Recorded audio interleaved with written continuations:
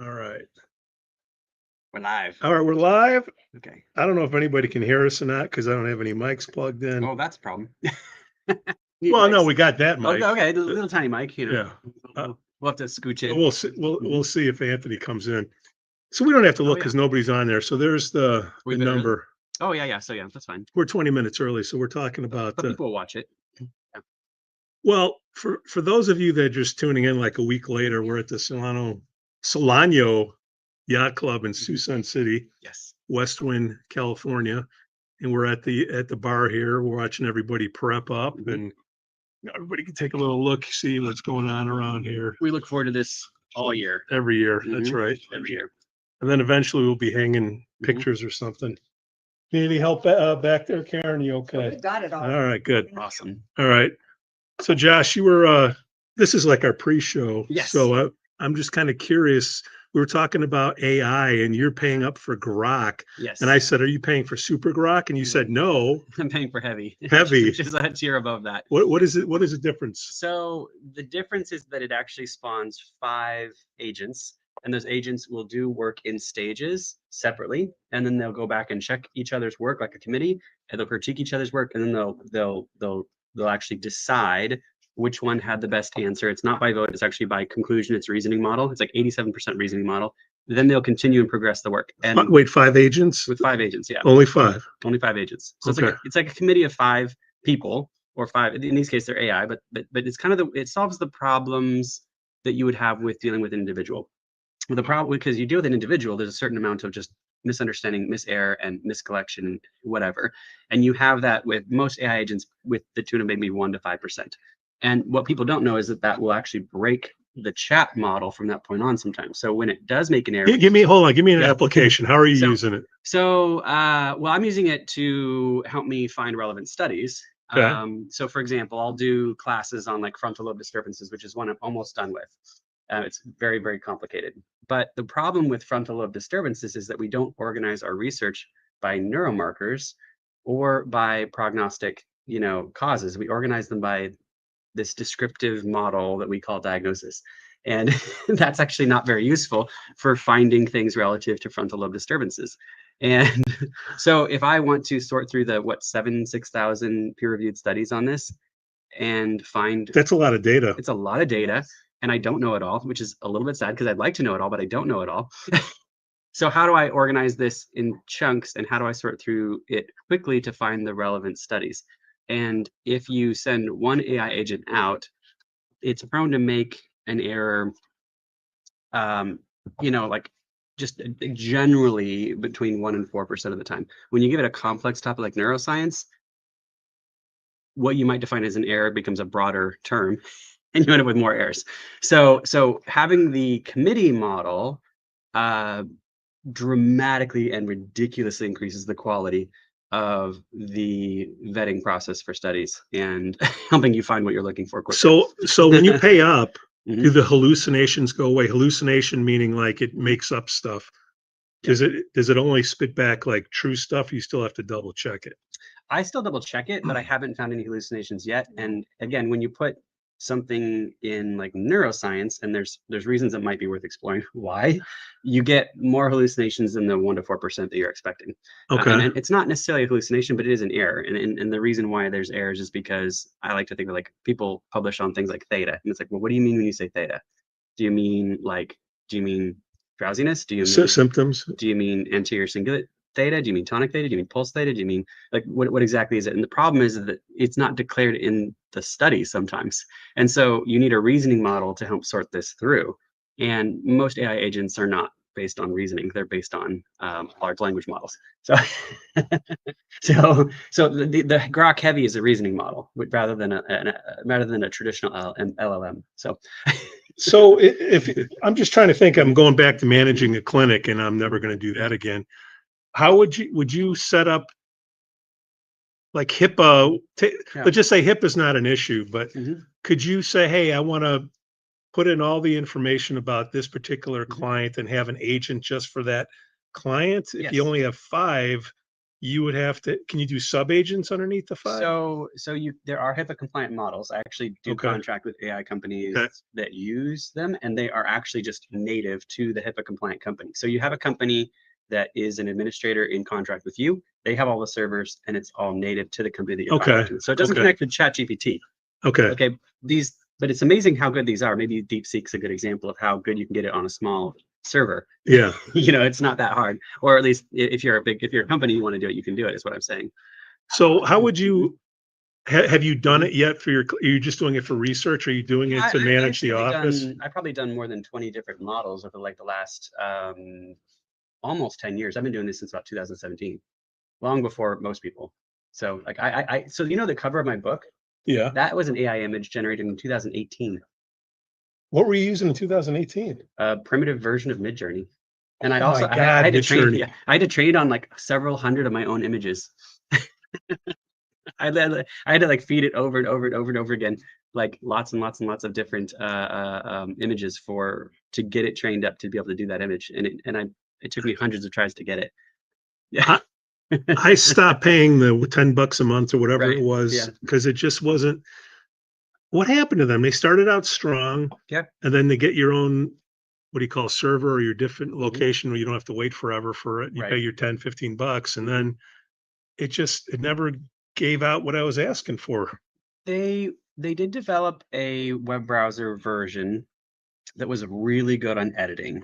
I think they just didn't come out with it soon enough, or they didn't transition people over to the editing model fast enough, because the editing model was quite good. Like it worked very well.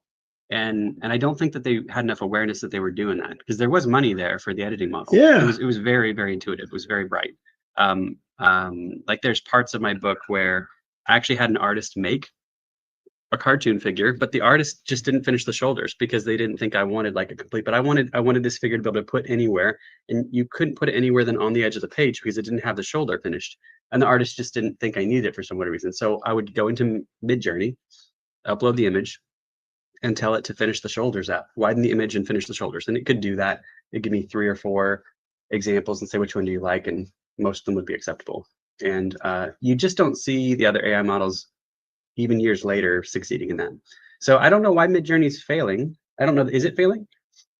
I'm not subscribed to it anymore. So maybe it's not. I'm an N of one, but right. I'm not doing it anymore either. So. Yeah, but I mean, when I saw what Grok was doing and even GPT, because they were behind, and I don't know what they did. They put a whole bunch more servers or something. They are still crushing it on the editing front, I think. So if you want to do like image editing and image cleaning, I think Midjourney is still better. Like a lot better, because you can say exactly what you want and you'll get that. All right, Jay's not listening, but how close are we for it to be able to pick up the EEG patterns? Oh, I don't think we're close, if I'm being honest. You see, I don't think we're going to do it as a whole. We're going to do it in tiny, tiny pieces. Wait, epochs? Well, yeah. So here's the thing: you have to start from a foundation. So first of all, we have to train a model to understand the vigilance scale perfectly. So until I can see an AI model go through and say like A1, A2, A3, B1, B2, and then we're here's a K complex, etc. Until it can chart all of those things, I have no hope that we have a foundation, and no one's done it yet. Wait, if you, Jay, and all the rest of the neuro nerds that are here with us went in the room and it could be done. It could be done, yeah. So just no one's done it. Yeah. So here's the problem. There's a reason why no one's doing it. It's the same reason why everybody's kind of frozen in the industry. People are not doing most of the things they could do because everyone's terrified that if I invest 6 figures or more into a project, somebody will come behind me, spend 1/10 of the effort and 1/10 of the money and do a better job. And that's true. That's actually true. And that's why no one's acting. That's the problem. That is true. That is what's going to happen. But I call it the pregnant pause. No one wants to do anything. But I mean the Koreans, iMedisync. Yes. Yeah. And that's the way to go. It's discriminants. We need like 200 of those. 200. How many think they got? Well, there's like 12 out right now. If you look at all the things out there, there's like 12 discriminants now. 12 AI based ones that are new. Yeah. Okay. Hey everybody. Hey, 2 listeners, watchers out there. Just Pete and Joshua sitting here at the bar having a beer, nerding out on neuro. We're waiting for Anthony and maybe Dr. Marie to show up. I don't know where Jay is. He may pop in or not. Do not know. So we're just jawing here until you guys ask a question. So we're not even close. out of 100, are we at a 2 for the imaging to be able to pick up to figure out what the EEG recording is? So again, they could do it right now, but no one wants to, because no one wants to get replaced by someone who does it with less effort, less money. That's why no one wants to do it. But where do you think we are on that? There's what we could do and what we are going to do. Yeah. And the problem is we're not going to do it yet because it costs too much and it's too much work. And as soon as it's done, somebody else will do it with less work. Well, it'll be replaced by someone with 1/10 of the effort and 1/10 of the cost. We saw the last job report that came out. Wasn't good.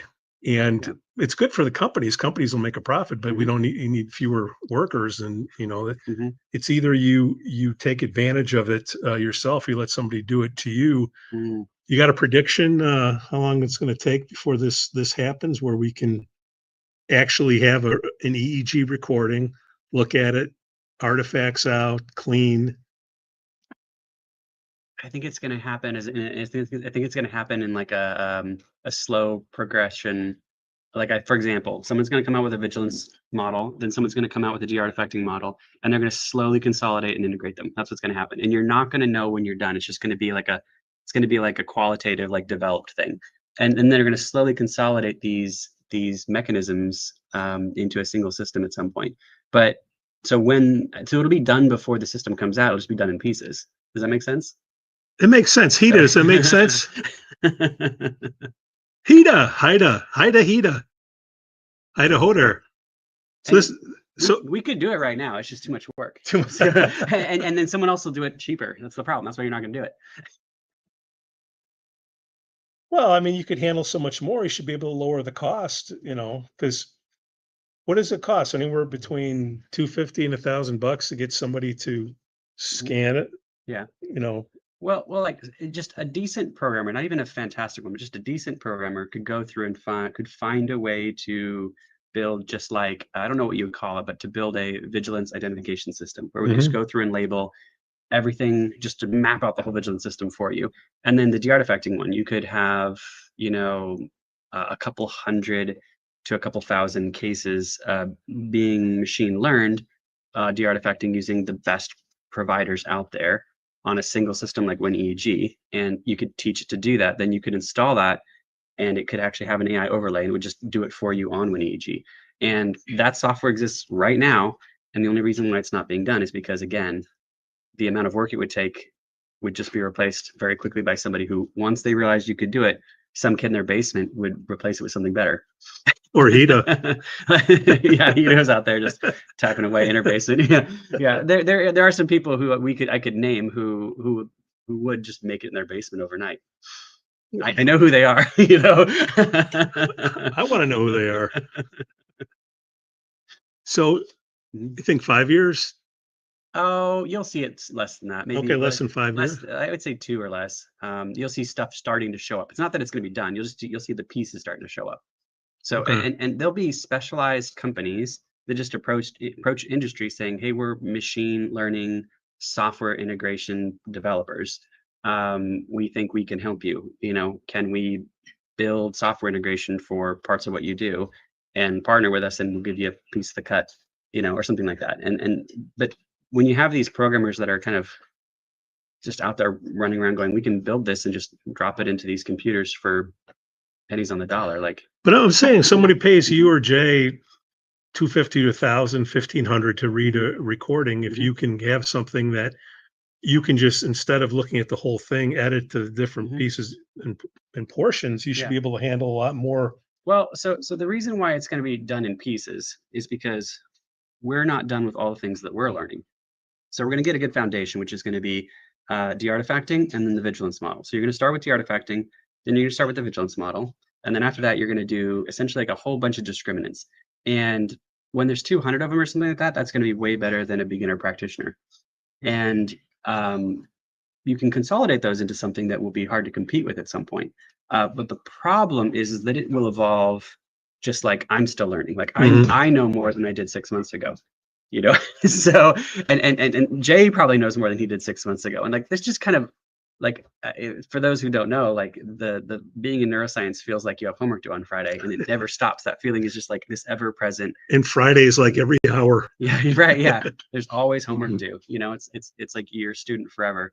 And so because of that, you're always going to have more to add to the system. So the system's going to be pieced together slowly. It might catch up to the best of us, but it's also not done. And because we don't know everything about the brain. Ida, you got an opinion on that? Okay, you guys are woken up now. We need got to get careful with that word. Woken up? Jeez. We need some questions here. Mental health in the news. I don't know. I saw a lot of mental health driving in here. Yeah. We were talking about that before the show too. Yeah, that's a difficult one. I used to work in one of the last long-term mental health facilities in the Northwest, and they closed it because of budgetary issues, despite the fact that it cost half as much as jail. Speaking of jail. I'm out of podcast jail. Hey guys, you guys are in Sassoon already? Yes, we are, my friend. How cool! Is this the Hyatt, or where you guys? The yacht club? We're at the Hyatt. We're at the Solano Hyatt.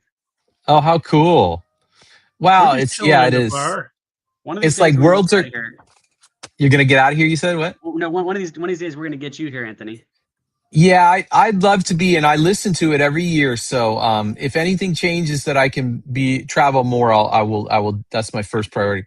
But I'm so glad for you guys. It's like worlds are colliding, Jerry. Is when I saw you two on the same screen. That's cool. Yeah. So we need a bigger screen. We're gonna need a bigger boat. Yep. Is anybody else gonna try to pull over Jay or somebody like that? Whoever. Oh no, I think they'll be in a couple hours. Let's see. Yeah, you already got a question. Mm-hmm. 4 o'clock Pacific. Jay kind of is getting dinners with some very, very close friends. Oh yeah, it's always an emotional. Nice. Yeah. All right. What's Hita got here, Anthony? Sure. She says, "Can you, so if you're doing a protocol, how many times should you do it? Is there an upper limit of sessions?" I'll let Josh go, and then I have a comment on that from a friend undergoing it. Go on. So it is different per protocol, but there is technically an answer. Even with something like tell me. rhythm training, which is like generally something you can do a lot of. If you get into like effective training, like you actually have a positive feedback loop and they're responding well to it. If you get into the 200s, you'll start to see it kind of flatten their affect a little bit, and so they get a little bit less facially expressive. And that's something that you can get informed consent on if you are still wanting to train because you're working with a client who suffers from epilepsy. Sometimes having these large, gigantic, beta or large, gigantic beta spindles, like spindles, sometimes that's desirable because the downside of not having them is worse. But I have conversations with clients about that. Some protocols you just don't need more, like they kind of know when they're done, like trauma protocols. They just kind of stop getting stuff from it, and it feels like a plane landed, and they know that they're not getting more out of it, and they feel very much done. And so it just really depends on the protocol, but it's something like 20 to 200. It just depends. So what was your thoughts? Yeah. Oh well, I've never seen an upper limit yet. So you said let me just recap for myself and others. You said SMR was the one that you've seen a flat affect at 200. I think you said. Yeah, I mean, Jay would corroborate that. He talks a little about that. So really, really long-term cases where you're doing a ton of SMR training, you're noticing in the actual QEEG that you're getting very large, SMR bursts. That's wow. Kind of very, very, very, very stable cortex can cause some flat affect, supposedly. And interesting. So I just kind of get some informed consent on that. If we're going that direction. Maria's in the lobby. Oh, very smart. Oh, Mari? Dr. Mari? Hello. Hey there. Hey, I expected everybody in a bar, and I would just say a quiet. What are you talking about? Everybody is in a bar. Yeah. It's a Hyatt bar, I guess. The Solano Yacht Club. Oh, okay. You're not in your boating gear. You need to be in your yachting gear. Oh, there we Oh, go. no. Maybe that's Saturday. That's Saturday. It's a yachting There gig. you go. All I do is like Portland Northwest. That's all I do. Yeah. Pacific You need Northwest. I feel like you need to have an ascot and one of those duckies or whatever they call it. Yeah. We call those in Portland. We call those people yuppies, I think, and that's not our side of the town. Yuppies. Oh, Yeah. Does that term still exist? I was going to say that's it the does 80s. in Portland. I don't know. Okay, yeah. Portland is stuck in the 80s though. That's like there's a Yeah. whole show on it. that's funny. We still have like penny arcades, like 6 of them. You have your You what? have- Sorry? We still have penny arcades, like 6 of them. Woo! Oh, wow. Do people walk in there with cowboy boots and spurs or something, or what's? Yeah. Definitely. No, But A little bit of everything. green hair. Green, yeah. Dr. Mari, there was a question that I'd like to hear if you had an answer to. How are you? Yeah, Club. Sorry. Here we go. Oh, is it the one on little guy. protocol? Say hi to everybody. Yeah, feel free to tell us if you feel like there's an upper limit. Yes. Yeah. Yeah. Oh, wow. Look, we have a friend there. So That's excited. Watch- Cool. Mike is our bartender. He's going to get us Oh, another nice. Coors Light. Aw. I see. Okay. I'm jealous. I'm here with glad you didn't say, you like a good girl. No, I mean I'm not going to be a good girl. I'm going to be so emphatic. Yeah. Watch the bloody data. Yes. Mhm. Okay. Once your numbers start to move, whether you're looking, I mean, I work in numerical conversions. A lot of people know that. But once you see either the waveform itself shift, the amplitudes, the ratios, Mhm. etc. You know when you've achieved your goal and stop. Mhm. Do reinforcers. Conversely, Mhm. doing this protocol and it's not moving. And again, Joshua and I can go back and forth on this because I know we agree, which is there's some where it makes sense to keep on pushing. You have a plateau to break, Mhm. and others which are just stop, change course because it's not moving. The client is wasting their money. Mhm. So emphatically, yes. Mhm. Quite a the protocols, yeah, and Yes. you have to have your eye Mhm. on data. Joshua, I assume you're 100% on board. Yeah, 100%. Yeah. All right. And, Look at your I data. don't generally run into overtraining issues because I'm a minimalist. I keep the attitude Ooh. like you have to have a problem to be here. Like that's when I tell my Okay. clients, you have to have a problem to be here. Mhm. A well-articulated Mhm. problem. And Yeah. I put that on them. So Yeah. Yeah, that's Also, good because it gives you something to measure. Having that goal. Yeah, Yeah. like you said, you wanted more memory. Your memory's better. Yeah. What's your goal? Anyway, Dr. Mari can continue. Yeah, I mean, you balance. I say I always triangulate. So we have the data literally coming off of the brain. We have your subjective data. So you have your objective data and the data you have your subjective first person, what you're noticing. And typically, for example, if you're working with kids, it will be what a parent is noticing. Sometimes a teacher, sometimes teachers can be overly biased, and sometimes they are your best reporters ever. So again, know the family, know the scholastic environment. But I also say that I do have some clients where the original symptoms that they came for, I'm not saying they're gone, but they're out of clinical. But I, don't joke about good enough, as in good and enough. So with those clients, I talk to them about you're out of clinical. I'm not going to treat you for clinical issues, but there is another classification of peak performance. And if you want to slide into peak performance, that's fine by me if you have the time and the finances, but it's going to look a lot different. agreed. I like that a lot. I wanted to chime in. I just had a conversation 15 minutes ago with a friend who's undergoing treatment. And this is a little bit of the opposite end of the spectrum. She has a problem, I think, potentially. The treatment she began is the wrong treatment. And that is the time to stop when you've determined. Let me say why I'm saying this. She has a problem that many I've heard. She's getting headaches from the treatment. Okay. That's And just wrong then. Yeah. I'm tempted to say she's doing Neuroptimal. It's a talk therapist that uses Neuroptimal. So, and the people warned her, etc. But anyway, she told the therapist, "Hey, I'm getting headaches, and also I'm very somnolent, like I can't stay awake, kind of thing." And the therapist told her an answer that this comes up on Reddit and on Facebook all the time. The therapist gave her the stock answer. Well, And she didn't even say the neurofeedback or the neurooptimal. She said, well, those surveys we're giving you are probably, they could be raising or dredging up old traumas. I do not buy that answer. I think that is maybe sometimes that answer is true. I hear that the therapist rejects side effects of neurofeedback by saying, that's just your trauma. Look, and this is what I told her, and I'm telling everyone here this, and I stand by this. The people that I know, or at least the forums are full of people who started getting side effects from neurofeedback that they chose to ignore, and they're under guidance from their therapist, and now those side effects have not gone away even after suspending treatment, and they've persisted for months. And so I'm sorry, this therapist sounded so dismissive.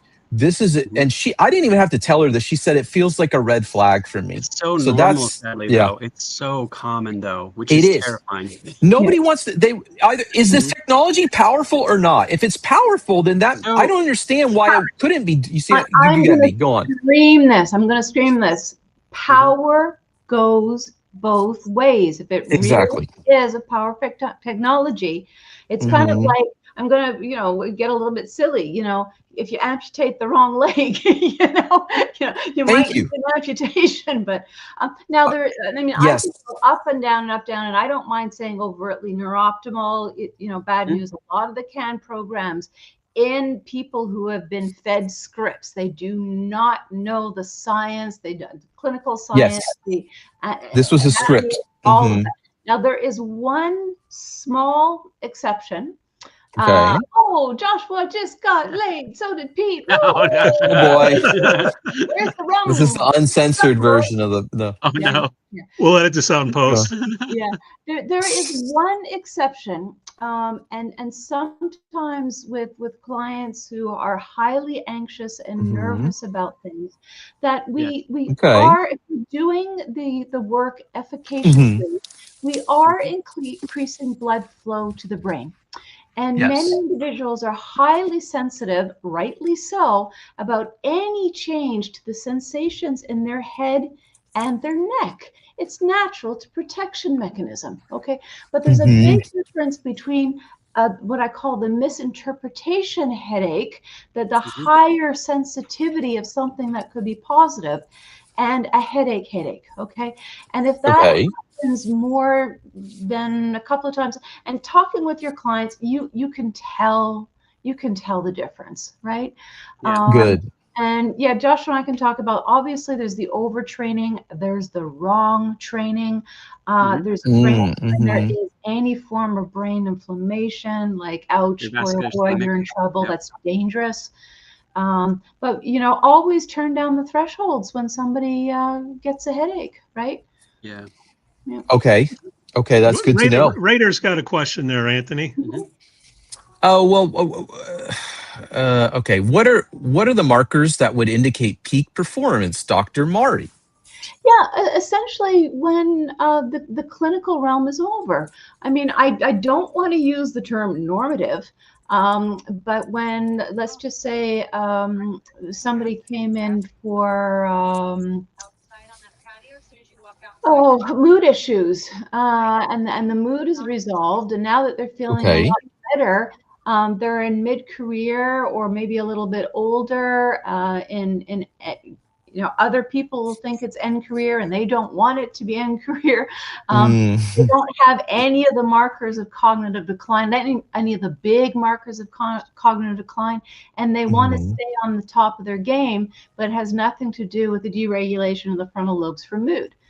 That's where you do maybe some alpha training, or you know what, I don't even want to say what we do, because it's going to depend on what you see in the brain. I was going to say go to SMR, but if they don't have an elevated marker, then no, don't go there, right? Quieting in the back of the brain as well. That's a big one, helping people quiet. And generally speaking, if you're working with depression, unless it's the form of anxious depression, you're not working on the quieting system. So that's a form of peak performance. We do that with athletes all the time. So people feel really good when you get them like halfway to normal. You can keep going if you want to do peak performance. I'll take halfway to normal. But you could go a little further. So it's usually kind of, it's not always, but it's sometimes in line with what you were already doing sometimes, or similar. Yeah. Yeah. Mhm. I And like just that. dialogue constantly with their client. I think that's the big one. And I've kicked people. Oh. I'm like, Mhm. enough. And in particular, I've had some poignant discussions with clients delivered, parents delivered as diplomatically and softly as possible, in terms of, you came in for scholastic difficulties with your child and now they're doing so well. You want to do more and more. You want them to get the upper edge, et cetera, et cetera. That crosses over into perfectionism, which perfectionism is misery, the need for overretrieval. So, that complete pendulum swing is like, no, this is good. It is enough. Let the child enjoy their childhood. Let the adolescent breathe. And if you want to talk in 2 years when they're, they want to go to university or college, then we can talk again. But now, that age-old statement, climb the mountain, sit on top and look at the view. Don't look at the next peak yet. Trauma I is- did want to. Oh, go on. I was going to say, That's trauma. Radar also Yeah. asks, trauma is way overused. It's not some tangible thing stored in your body. Neurofeedback is supposed to make you feel good. Yeah. So Radar was trying to support me, I think, with that comment, because I mentioned that someone's therapist was saying, these aren't neurofeedback side effects. This is your trauma. And I do agree. I think that is overused. I will hear therapists say that a lot. Now, I do want to have a caveat with something here, which is, I believe I have noticed, even with a good treatment that produces long-term improvement, that neurofeedback can seem to perturb things a little bit, but for a short period. So let me give an example. A friend began SMR treatment. They were scanned by somebody who's worked with Jay. They began SMR last week. I very commonly have noticed that patients that do SMR will have a little bit worse sleep the night of their treatment. That's something, and I have friends track it. I've noticed this. I think I have a strong intuition that's going on. My point is, though, the next days he slept great. And I do think neurofeedback can perturb things, almost like you just did a workout for your body. So what I would say to my friend, and you're sore the next day, what I would say to my friend that I need to go back and say to her is, do these side effects, are they lasting for days, or is this a short-term thing? Is this an hour after a treatment, there's a headache? And that may not mean anything, but it could. We're talking about two different things here. One is a side effect, which is, something that is in complete contrast to what you're trying to achieve, or something very different. And then there's part of the process. So especially when we are working with true trauma, or a lot of anything that we're doing to quiet the system, some of the things that we're doing to help with emotional regulation or deregulation, you can have emotional release. Okay. And this is where the brain is very, very intelligent. We all know that. That sometimes when you have been through a series of very negative experience, the brain kind of locks up on processing for a bit, because your brain deems that you can't quite handle it. Okay. And when you start, again, working for quieting in the back of the brain is a really good example. So when you start to wiggle jiggle that, okay, I don't want to use neurooptimal terms, sorry. But they use that, okay. Is that in your new book? That's why I want to retract. I didn't know that. Okay, go on. When you want to adjust when adjustments are happening, the brain's kind of going like, oh, okay. And it can open up and start to release things. Okay. Now, I'm not doing a Pollyanna, okay, but for most clients with a qualified and talented clinician, okay, you walk them through the process and you welcome it, okay, like crying jags. You can just be prepared for them. Your body is releasing emotion that is kept pent up because the whole psychoneurophysiology was in a bit of a locking pattern to protect you, right? Josh, do you agree with that? Yeah. No. I could see it.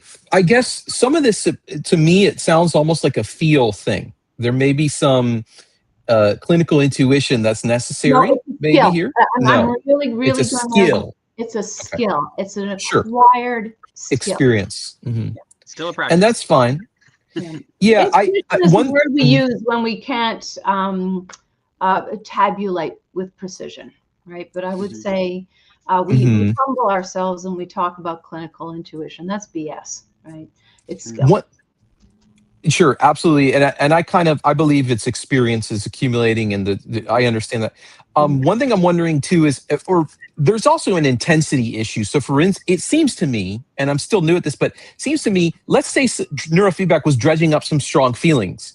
If those feelings are making it hard for that person to function, I could imagine, or any symptom, I could imagine then maybe we try to do something to accommodate that, be it lower intensity or dose or thresholds, etc. And I would just hope that there would be something there could do. And my friend is not hearing that back from the therapist right now. Go on. Yeah, and I think that's very correct. There are, I mean, we're known at the Swingle Clinic. We do pretty intense treatment, and my attitude is, you've been in pain long enough. We don't want to keep you there. Okay. But if it's feeling like too much, literally and figuratively, dial it down. Okay. And I do talk to some clients is if you can, accept and manage, not cope with, manage the emotional releases, and you have a plan, when you start to feel a bit upset or whatnot, then let's continue at this pace. If it's feeling like too much, literally turn down the thresholds, break up what you're doing and what you're working on. That's the dialogue, and it goes back to the first question: is how many protocols do you do in a row, right?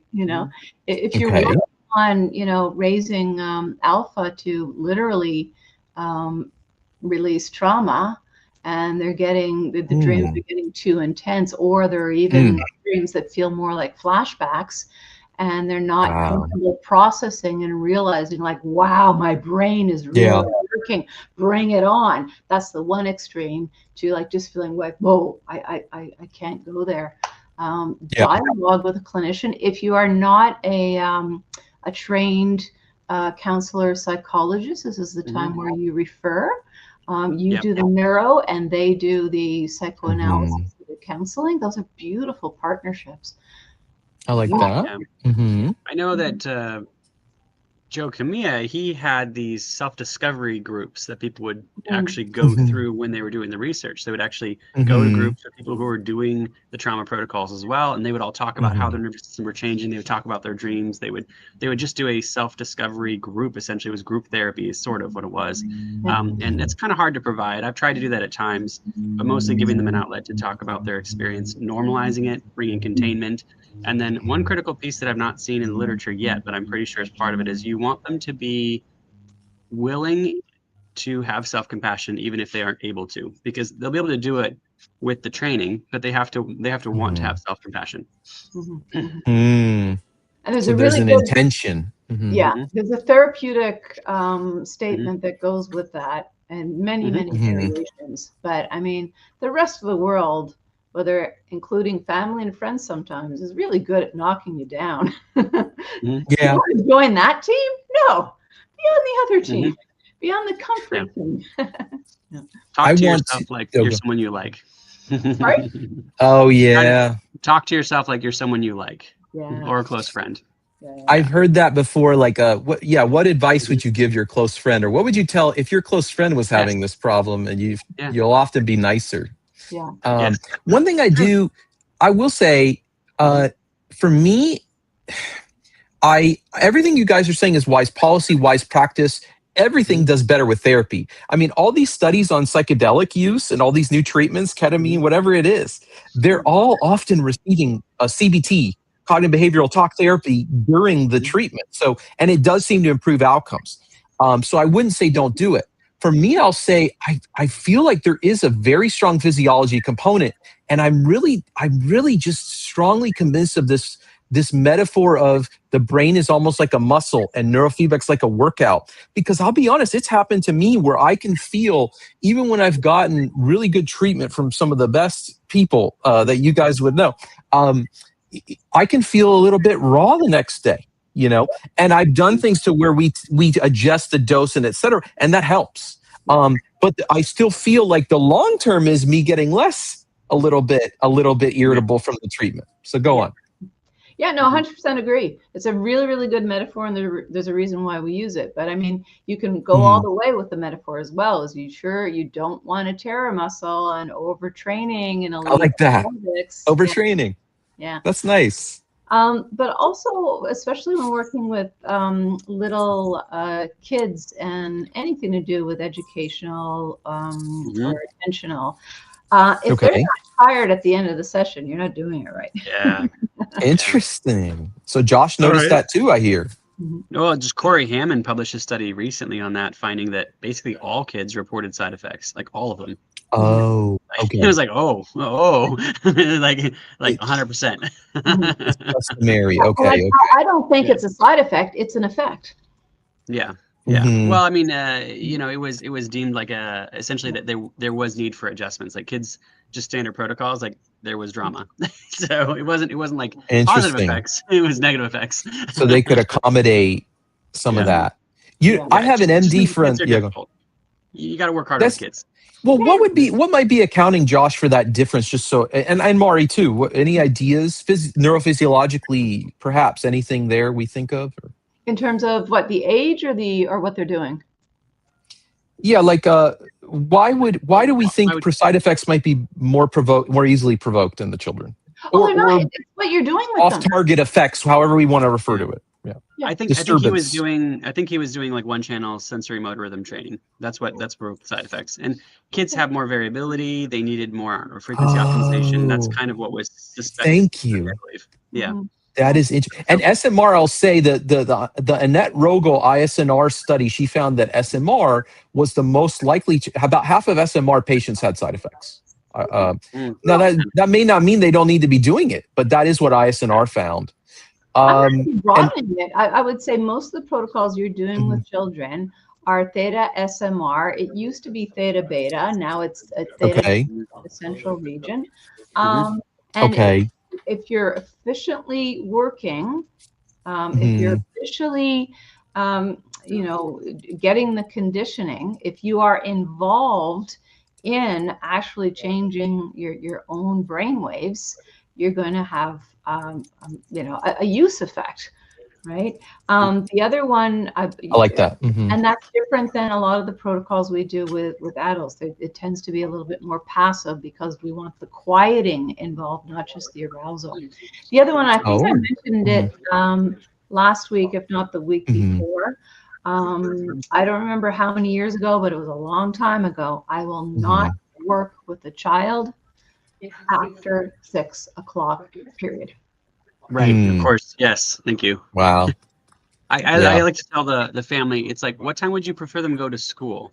Yeah. Like, if that's, and if it's not the time that you're bringing them in for neurofeedback, then you're probably wrong. Yeah. The slow waves add up, basically accumulate, maybe. Yeah. They're tired. They're tired. Yeah.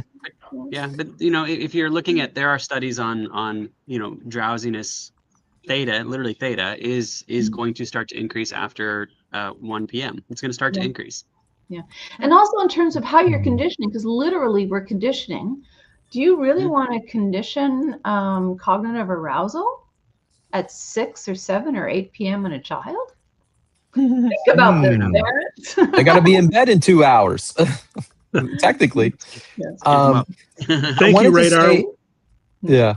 Oh, that's right. He asked, Radar asked, what are common markers of over-arousal? Well, I'll jump in. That's a big question. Go ahead, please.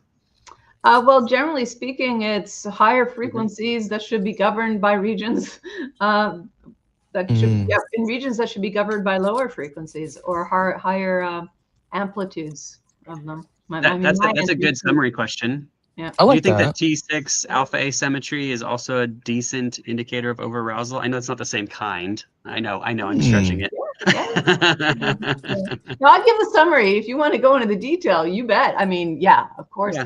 Hypervigilance and reactivity, that's a different kind of over-arousal in theory, but it's not a fast frequency. But so there are a few exceptions, but yeah, I agree with you. But even, if we split the alpha wave, the higher range of alpha can be real mental acuity, or it can be, it can slip Like into 13, anxiety. 14 hertz. Yeah. Yeah, or Yeah. I've even seen that at 11 and 12, depending on the person. Yeah, fair enough. Yeah, I agree.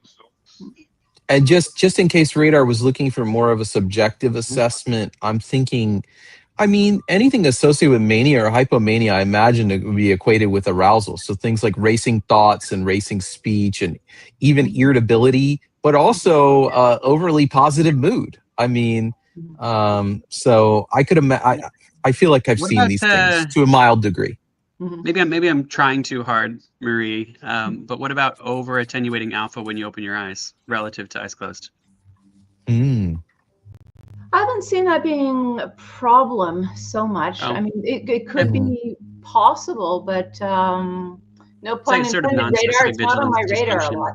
Yeah, but I'm Okay, going it's to just- go back to what was said before, or what Anthony said.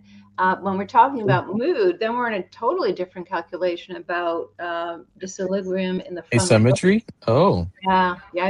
Oh yeah. Wow. Okay. You can get over. That's interesting. Depending on what you see. So yeah, we have my very general answer, and then of course, if we continue on this question, Gotcha. yeah, And that would be left alpha, or I'm guessing. well, Dr. Mari. You can go both ways. Yeah. Okay. At left versus right only alpha, but then is beta involved? Is yeah. Or the insula. The insula you can cause over arousal from the insula. Oh, I mean, yeah, that one's a no brainer. The left insula, yeah, the left insula, the anterior cingulate, all of that. But I'm a bit reticent to get into this on a talk show, because one of the things, like what Josh and I were just starting to get into, if you get that on the wrong person, that could be a very dangerous assumption. Okay. Yeah. Fair enough. And Radar mentions Dr. Mari. She's like, he says, I think previously Dr. Mari mentioned high beta to theta ratio in the occipitals. I think she might have covered that, Radar, when she said, when you see a region that's supposed to have slower waves being dominated by fast waves. Bingo. Let's see. There's a long question here. I'm trying to zoom out so I can see this properly. Okay. Hello, Anna. And paying attention. Hey, Anna. Would you like? Oh, I would like your input on helping younger kids, 6 to 7 years old, 6, 7, very aggressive, no meds, central parietal high beta, ruled out metabolic issues, amplitude training and infraslow helped some. So that's very specific. Yeah, but I would want more specificity. Wow. I want to see what's happening in the anterior cingulate. So I want to see the high beta ratio. Well, that would be the big one at this age. I want to see the left-right distortion. I want to see beta at a 1. You know, if this kid is just wired, I want to see theta SMR. I need to see the map. I'm so sorry, Anna, but on a child this young, you have no room for error. And family dynamics. Yeah, unfortunately. Yeah. I would say, Anna, if I don't know your background or anything, but if this is, I'd get a mentor. I think Joshua mentors. I do grand rounds. There are a lot of us. Nice. We need to see the data. Yeah. Because when we talk there's about so many variables to do on kids. Well, and generally, like even though I have mentoring groups, I also attend mentoring groups as a mentee, and I generally bring all the kids to a mentor, just because of a policy. It's like we want to get 2 eyes on kids. Like not only do we want to see the data, but we want to review it twice, because kids are high risk, high reward. You got to get it right. Interesting. And when you get it right, Where can you in and out, where like can you find a mentor? Yeah. Dr. Marie, where can you find a mentor? Well, BCIA has mentors lists. Yeah. I do grand rounds. Actually, I'm doing my grand rounds tomorrow. Even I do grand rounds through the BFE. I do grand rounds through a group in Germany as well. Yeah. So I mean, that's quote unquote. Is this on your? Yeah. Is this on your respective websites? How could people get in touch with either of you if they wanted to? If you're comfortable sharing that. Oh, No, good gosh. I haven't thought about that. People just contact If you me. want to make money. I haven't systematized it, which is my fault. Most people just reach out to me informally, and I set them up with one of the groups. But I haven't set up a system. That's my fault. Well, could they maybe find your email on your websites, let's say, where you could start a dialogue, perhaps? You know. Definitely. Yeah, for me, you just, a mentee books half an hour or an hour just the way a client would. I don't need any advance notice whatsoever. So you either literally call the clinic and book, or the reception email at the Swingle clinic and book. I mean, it's pretty easy, pretty pro forma. And I think a key thing to say is whether it's urgent or not, in terms of, because I always have a few emergency spots, because generally speaking, a new reach out, it's a client, it's a clinician that has a client that they need to help now. And I think it's very, very wise. We don't want to discourage people reaching out. So I always keep a few little spots, and I think a lot of other people do that as well. But I would say this is also the time you want to get somebody who's BCIA at minimum. Yeah, and they have an official mentor. Like a lot of people pick mentors to do their so many hours to get their BCIA, but I think it's an error to not continue once you have your little star. I mean, I'm blessed that we have other clinicians within the clinic, so we kind of can have that in-house. But there's no hesitation whatsoever to reach out to our colleagues, and we do. Even when we think we have it right, there's somebody that's unique or some kind of ailment or wave pattern that we don't see that often. Just check, hey, you have it right. Classic, is this electro pop or a seizure, please? and some of them, does matter. Yeah, it's good to, we have to be careful about our assumptions. And I'd say we're at most danger at the beginning of our careers, and when we get up to a certain level where we think we know it all, that's also beyond, very dangerous point. That's very wise. Anthony, what do you think we should do here? What do you think we should do here this week? I'm thinking like when the show is over here, when they're done with the presentations, just set up in the bar here and see who stops by. Maybe get a 20-30 minutes of whoever's around. What do you think? Yeah, I think that's a cool idea. Is that happening, in the next 20 minutes or something like that? Or I don't know. I'm going to be here. Let's see. Wednesday, Thursday, Friday, Saturday, and Oh, I see. So maybe on other evenings. Yeah, let me know. I can't. I won't speak for anyone else. If I can be available, I can try to be available. That's an interesting. It sounds fun. Have you pop in and everybody can say hi? We can do the old. Here's what you're missing. This is behind the scenes at the bar. That could be actually. You could imagine some cool content for people if they're listening right now, is to come back and see, because there's a lot of luminaries. Neurofeedback, including the ones, like Joshua right here with you. But obviously, you never know who they could pull aside, folks, who could get to come on. So this place is it's a good idea. Pretty cool. There's a lot of big names that come through here. It's pretty wild. Got some big brains there. Did Raiders? Yeah, go on. Wait, what did he say? He said, "Dang, I wish they'd let me in." And it did get booked, so he may be saying that, or he's just joking. But Radar in future years, if possible, I think you should be able to attend. So good luck if you. And the online is a good deal, guys. The online attendance did open is it up to good. the public. It just got full. So I think a couple of years ago it was more private, and then a few years ago they opened up to everyone. Well, I think it's if you want the CE credits, you have to watch it live, or you can watch the recording later. I think for as little as $50. I mean, that's a hell of a deal. This is about promoting education, and there's no big organization where salaries have to be paid. There's no huge hotel, anything. Everybody pays their own hotel bill, their own bar bill, their own. So you just cut all that out. It's your own bar bill. let's be honest here. Joshing. Yeah. Yeah. Mhm. Yeah, and there's no confidence, like, so to speak. So the money that goes to anything extra goes to students, which is fantastic. That's wonderful. No, the Yeah. randos walk in. Of course, we That's walk what in. he says. Yeah. Pete There the you go. Rando. Listen to Pete. That's funny. Yeah, I feel bad if people think they weren't welcome. If they are indeed, I think they are allowed to the conference. I've certainly attended digitally, so so yeah. Go on, guys. Yeah, I was just wondering, That's Pete, what 'cause I don't think Jay's going to be on tomorrow morning. Do you want Okay. to? But it would have to be after work hours, otherwise, so meeting would have to be a lot later, like 4 o'clock. Forget it.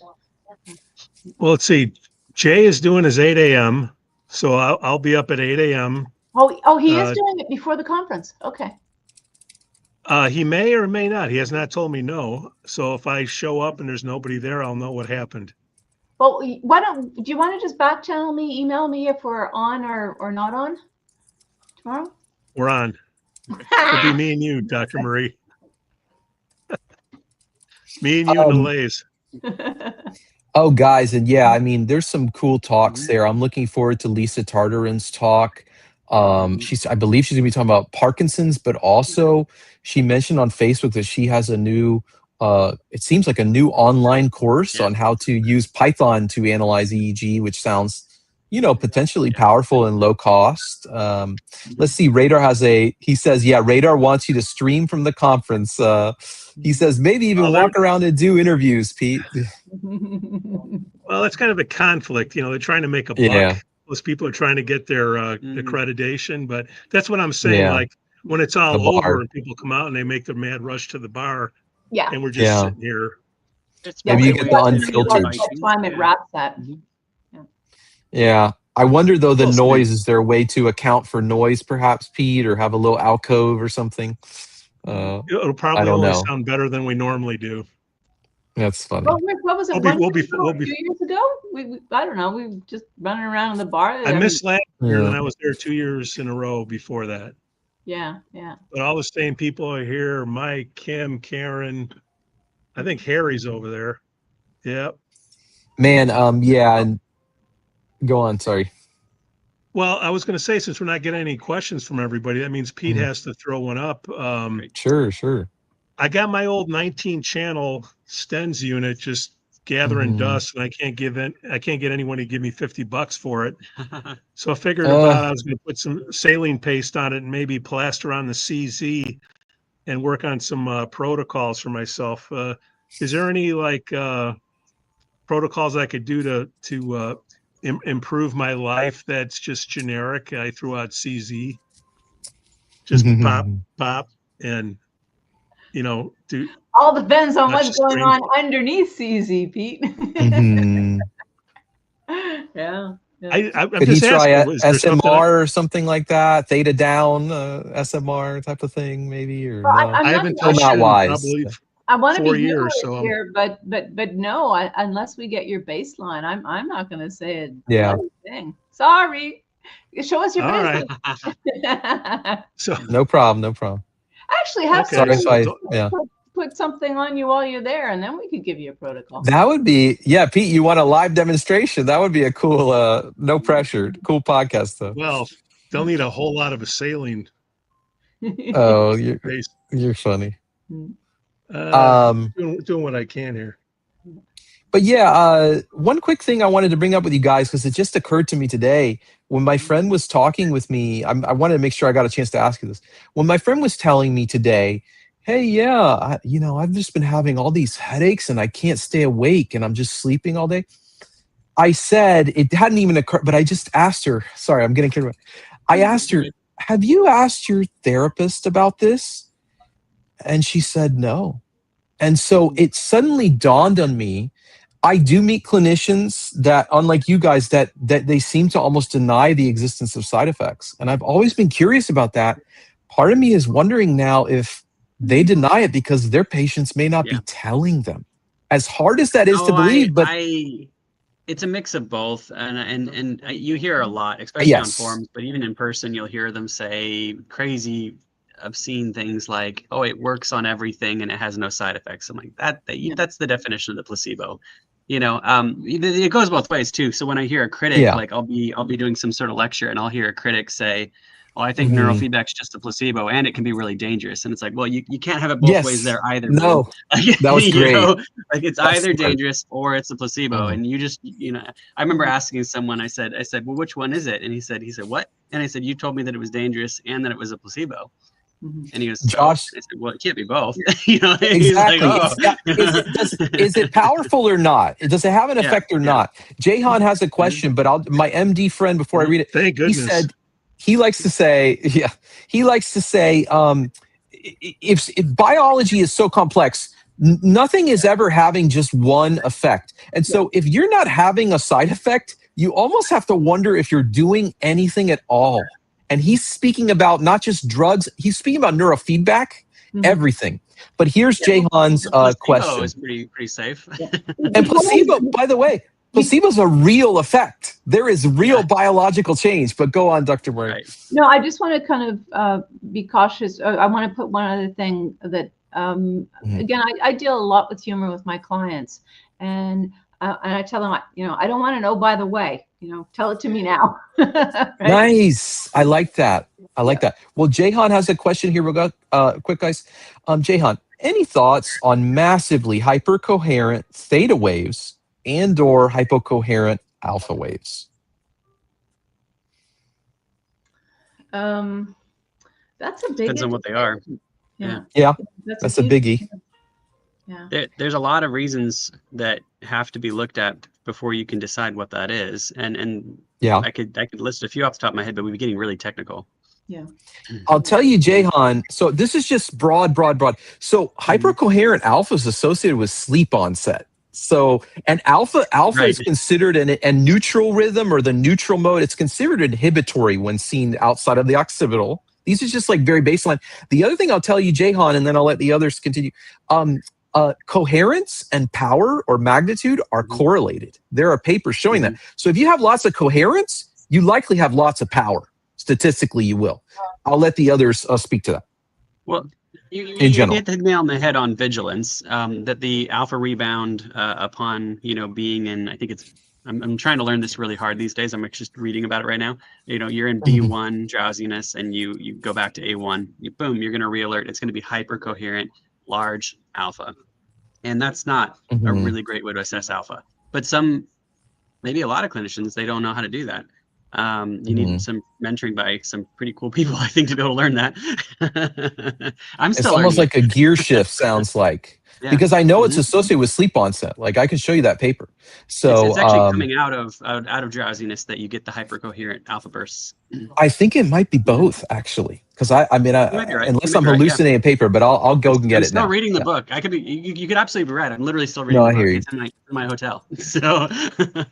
No, I appreciate it. And Dr. Mari, can please. No, I'm in the kind of it depends. I mean, you said massively hypercoherent, but what does massively mean? I mean, there's some real positive aspects to coherence as well. So I think this is. Yeah, I'm going to go back, get the mentor or show a screenshot or something. Yeah. There are some odd, weird things that can cause excessive coherence that I don't even know if should be brought up in chats like this. Yeah, when I go silent, it tends to be because it's there's a level of complexity that if our words are applied to the wrong cue or misinterpreted, we could actually contribute. Yeah. That's wise. Yeah, I mean that's also one of the reasons why I'm rather quiet on a lot of the psychotics that or psychedelics that people are taking, right? Yeah. So he said, I saw this on a cue, but not in an in situ measurement. He says 4 standard deviations. I'm not familiar with in situ measurement. Does anyone clue me in? I can look up the Latin for it, but live. Yeah.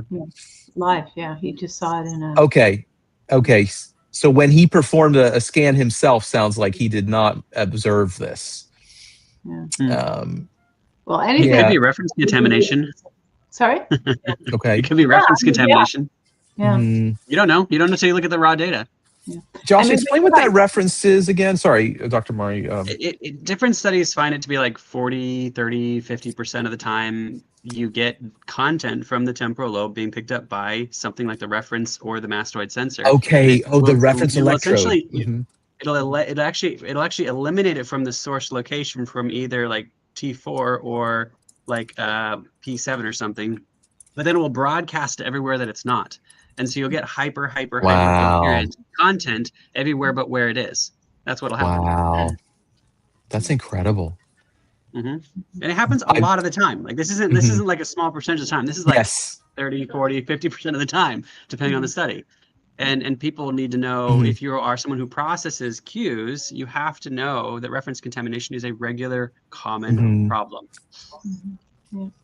Yeah, this is why this is most of the reason I come on here, is because I'm learning from you all the time. And I love that Josh is doing, because I think that research you came across on the percentage of it is fairly recent that you came across. So it's wonderful that you're uncovering all of that for your class. Yeah, it's fun. It wasn't planned. That just came up in the class randomly. Like as I was doing the recording, I was like, oh, let's stop and talk about reference contamination, because it just happened to be there. So that wasn't planned. There's a lot of those are the better ones. Yeah. There's a lot of good research. Yeah, so many times if you just read the body, just the body of any random EEG or other paper, you'll start learning all this stuff. You're like, how did I not know this or whatever? But that's why I wish we had more. I was gonna say more training, but maybe like more holistic training, like something that I mean, I'm sure not even grad students are getting this, because they're misdefining the names of the waves in their papers. And it's the people who should know these things. It's only the clinicians that have been going through this for decades, it seems, at least. This is where we talk about community, right? And this is where I think conferences are so fantastic. But one of the things, and I mean, bless our pioneers, okay? But there was a certain stage where, you know, they were speaking a foreign language. And I would say probably the first 10 years that I was in this field, and please, it's okay to laugh because now I'm very local, but I don't think I said a word. I don't think I said a word. I was just listening and listening and listening. And even, you know, bless Jay when he gets going. I think, Pete, half of my job on tomorrow morning is to translate into not lay speak, but just take it down a few levels so an extremely qualified clinician can understand. Right. So yeah, you know, when Sturman and Lubar and Jay or whatnot got going, they were not speaking Greek or Latin, they were speaking alien, right? It was very, very hard to break in, and you had to do something 4 or 5 times, right? So yeah, that's where I think it's very, very important. I make a best effort. I'm not talking about dumbing down. I'm talking about simplifying so that those who want to learn can learn. And that's where, again, I'm so upset. That's where we get the space for the neurooptimals and all these box programs where you just have to press a button and go, it'll do everything. Because there is a huge learning functionality gap between, right? So yeah. You know what I just realized? The brain is probably the most complex organ in the body. I mean, I have to imagine. I haven't thought about that. But so why would a one-size-fits-all approach, you know, work for everyone? Depends what day of the week and time of night. Yeah, there you go. So, Jehan had a follow-up real quick. Probably Josh. Josh, how would you detect reference contamination? The tradition is to look about repeating. What did you say? I'm going to make my joke about repeating. Sorry, guys. You're good. The tradition is to, or the standard, I would say, is to look at the data in 3 different montages. And the one that is generally accepted as the most safe and accurate is going to be your average weight montage. And there is publications claiming that. So. All right, the pizza ovens have been turned off. It is time to sell pizzas. Joshua, how are you coming on your workbooks, your workshops? So we have the 80% recorded on the frontal lobe phenotypes, and so that phenotype should be out here shortly. give me a week, maybe a week and a half to have it done and completely, because there's like, I think last time there was like 400, what is it, video edit, is it, or whatever? Yeah. I do a lot of fancy editing to it. Yeah. So yeah, my poor computer. So that has to get all uploaded and then uploaded to the website. It'll be ready to go soon. It's decent. That's what I think I got it where I want it. Super Yeah. Grok will take care of you. Just don't tell Jay. Dr. Marie, how are your apps coming? Going along, sleeping well, focusing well. Mm. Yeah. No, we have the 3. Sleep. How much data you got in there? Well, I mean, it's built on over 30 years of data, and the actual N is around 150 on each of these, and building. So that's compiled. I mean, once we hit 80, I mean, we knew we had something pretty good at 50, but we just, continue on. So yeah, everything is Fabulous. Yeah, all based on strong data. Swingleclinic.com. Well, Swingle Clinic is the clinic, but the app itself, you can get it through swinglesonic.com. Sonic, see? Glad I asked. Swinglesonic.com, yeah. So there's sleep, focus, and brain calm. So covering the 3 major categories. Yeah. Anthony, I'm jonesing for some technology chats. Where should I go? I think the Brainmaster group is really heating up, and it's no allegiance to the technology per se. It's been a good group, and you can follow me too. And if you just want to learn more general about the body, I post a lot. But I also just want to say to people, and Radar has a question here. He says, Dr. Mari, real quick, he said, it'd be interesting to hear you talk about the work about with your dad. So something to remember, I guess. Show. It should be, yeah. Yeah, that's a good show title. Yeah, I'll do 30 seconds on this, and then if we really want to get into it. Yeah, no, but bottom line, my father and I were working together, 25 years or so ago. He retired 2 or 3 years ago. And the building, I think we were the first clinical Q. Wow. I dare say that the majority of clinical Qs are all built on that seminary work. The database, when he first published, was 680 something. Yeah. And now it's over 10,000. And we are going to be coming out. I don't want to promise to ahead of time, but it looks like we're going to be coming up with the new version of the Swingle Clinical Q, progressive data over 25 years, probably next year. So, some interesting stuff. Great. By the way, I won't say who this was, but someone told me you and Paul Swingle were husband and wife, and I was skeptical of that claim due to the age difference. Oh, good God. You know, if you're going to have a last question, that's a good one. Yeah, our world is a bit weird, but I mean, there are relationships. I mean, obviously I get creeped out if anybody is, but yeah, no. Father, daughter. Very cool. All right, I'd love it if my kids joined the practice. That would be awesome. Yeah. Oh, nice. I mean, I won't pressure them. I won't. Yeah. But I would be elated. Very enlightened of you, but I hope you get your dream. Yeah, me too. Hope it happens. At least with one of them, right? Thank you. Every Wednesday, thank you. 6 p.m. Central, 4 p.m. Pacific. We'll see what we can do the rest of the week. Dr. Marie, I'll see you tomorrow morning. We'll see who shows up, and we're gonna play it by ear. All righty. Have a good night. Thanks, guys. Pleasure talking. right. Have fun at the conference. Yeah, will do. And See you again. Fun at the conference. See you. Bye, guys. Alrighty. See you guys. All right. Shuttering her down. Bye, Dr. Marie. And